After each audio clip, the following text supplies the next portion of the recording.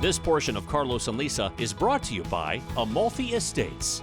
Natural disasters happen all over the world, but here in Southern California, we deal with wildfires and earthquakes. Oh, so many things. You know, it's like it's heaven and hell, right? It's the best place in the world, but then when we have these disasters, it's a mess. Like, are you kidding me? It's a mess. So how do those things impact our housing market? Real estate expert and broker of Amalfi Estates, Anthony Marguleas, is here to kind of talk about what that impact is on our housing market. Hi, Anthony. Nice to have you here. Guys. Thank you for having me here. Yeah, okay, so look it. Obviously we live in California. Everybody knows we got wildfires. Now we have them year-round. Year. We And have them earthquakes. There are and earthquakes, yes. And mudslides. And mudslides. Yeah. You know, we got some flooding issues every once in a while too. You're scaring me. I think I'm on a move right now. I'm just saying. But here's the thing, it's like, so what? Every state has something, Every right? state does have something, yeah. LA tends to have more natural disasters than almost any other area. I think And we're not talking about the 405.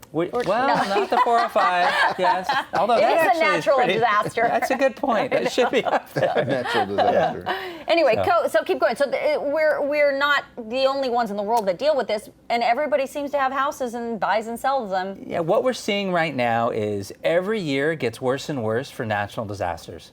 So 2017 was the costliest year for natural disasters. Sure. $306 billion was spent on natural disasters. Last year was the fourth most expensive, costliest year. $160 billion was spent. What we're finding is buyers are getting desensitized to it. Oh, another fire. It's another, you know, it's almost their way of, their coping mechanism. And the other thing is they know insurance will cover most of it. And at least that was up to a point. Now insurance is becoming a lot more problematic because insurers are losing billions and billions of dollars. On all of It's these almost a natural rinse disasters. repeat kind of thing where they just keep if they're prone to flooding and they love that riverfront house, they rebuild the house from the river and it rises again, and they do that's the whole exactly process right. over again. It's the same with our fire areas here as well. So when you're out there selling, how do you work around that if people start asking questions about fires? I mean, fires have become really, really important. There's so many areas that are right near the fire, high brush areas. A lot of Los Angeles is really near it. So a lot of the canyons, a lot of the mountains. And so what they have to do is really make sure that the insurance is going to protect them. One initiative that they're putting out there, are you guys familiar with the California Fair Plan? So the California Fair Plan is put in place when someone cannot get fire insurance. And there's a new initiative put out by the California Fair Plan Commissioner. It's supposed to go in effect in June if it passes, in June 2020.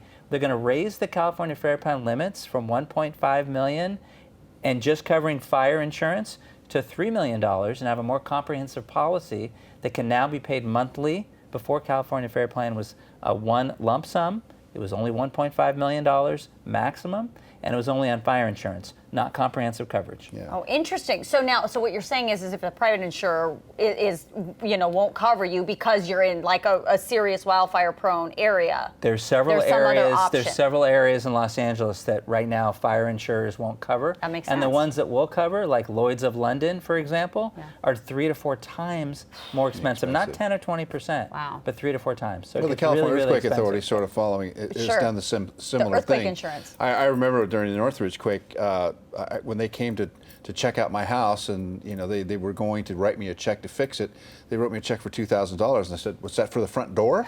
Right. I mean, they literally they had no idea how much damage and how expensive it is here. The deductibles for earthquake insurance are very high. There was very high. we had a conversation with the head of the earthquake authority on that, and the deductible, it's craziness. It's craziness. Okay, so when somebody is looking to, so say they're coming from out of state and they're coming here to Southern California and they got white eyes and I'm here in California now.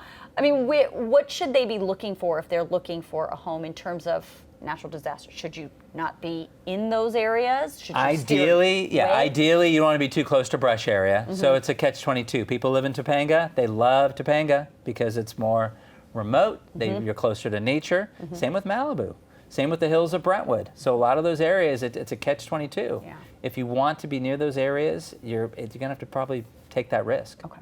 So. All right. So you should budget accordingly and think about what that means as far as insurance is concerned when you're trying to calculate what your payments are going to be, right? Definitely. And surprisingly, the natural disasters has not affected residential real estate nearly as much as people expected that it would. Los Angeles is so desirable. We're seeing a 2.5% annual growth, even with the natural disasters. And a lot of other areas that have natural disasters are seeing a different pattern. Isn't it? Los Angeles is definitely strong because of the economy and all the different industries.